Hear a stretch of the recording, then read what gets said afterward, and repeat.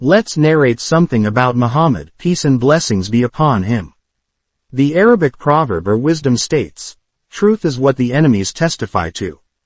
This means that when your enemy speaks well of you, such testimony is likely to be truthful, because it is uncommon for an enemy to praise their adversary. Let us listen to the testimony of two individuals. The first was one of the fiercest enemies of the Prophet, peace and blessings be upon him, during his time, Abu Sufyan ibn Harb. The second was one of the greatest kings of that era, Heraclius, the Byzantine emperor.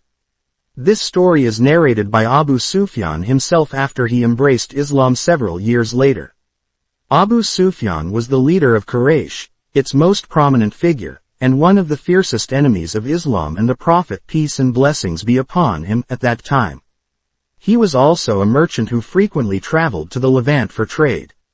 When the Byzantine emperor, Heraclius, learned of his presence, he summoned him to inquire about the Prophet, peace and blessings be upon him.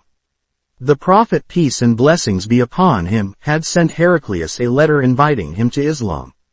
Heraclius wished to question some individuals from the Prophet's tribe who were not his followers, so he could hear their honest opinions. When they entered the court of Heraclius, he asked, "Who among you is most closely related to Muhammad?"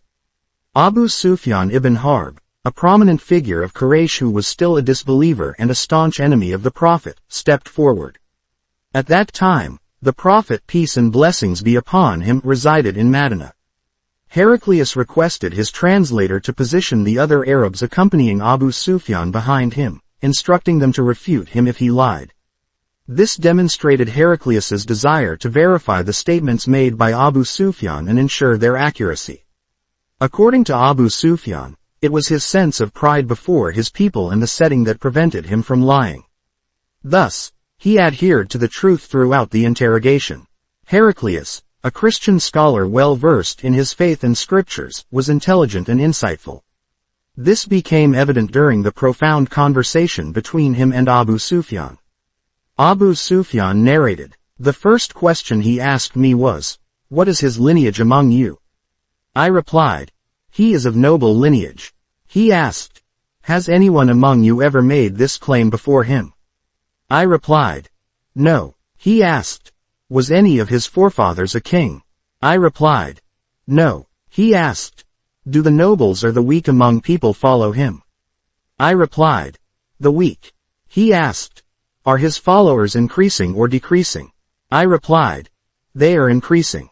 He asked, 'Does anyone abandon his religion out of displeasure after embracing it?' I replied, 'No.' He asked, 'Did you ever accuse him of lying before he said what he says now?' I replied, 'No.' He asked, 'Does he ever betray?' I replied, 'Number. However, we are currently in a truce with him, and we do not know what he might do.' This was the only statement I could add. He asked, 'Have you fought him?'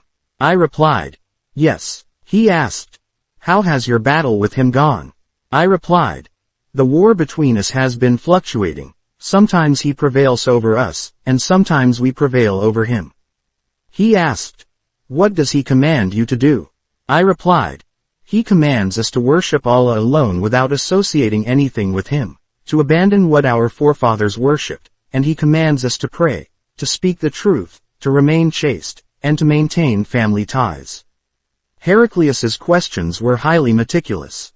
He asked about the Prophet's lineage, to which Abu Sufyan responded that he was of noble descent, tracing back to Ishmael, son of Abraham, peace be upon them. Yet, none of the Prophet's ancestors had been kings. Heraclius's questions were highly meticulous. He asked about the Prophet's lineage, to which Abu Sufyan responded that he was of noble descent, tracing back to Ishmael, son of Abraham, peace be upon them. Yet, none of the Prophet's ancestors had been kings.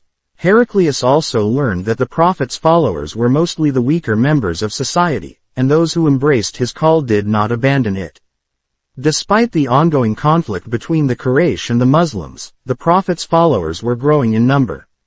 Abu Sufyan testified that the Prophet called for the worship of Allah alone, prayer, moral excellence, chastity, and maintaining family ties.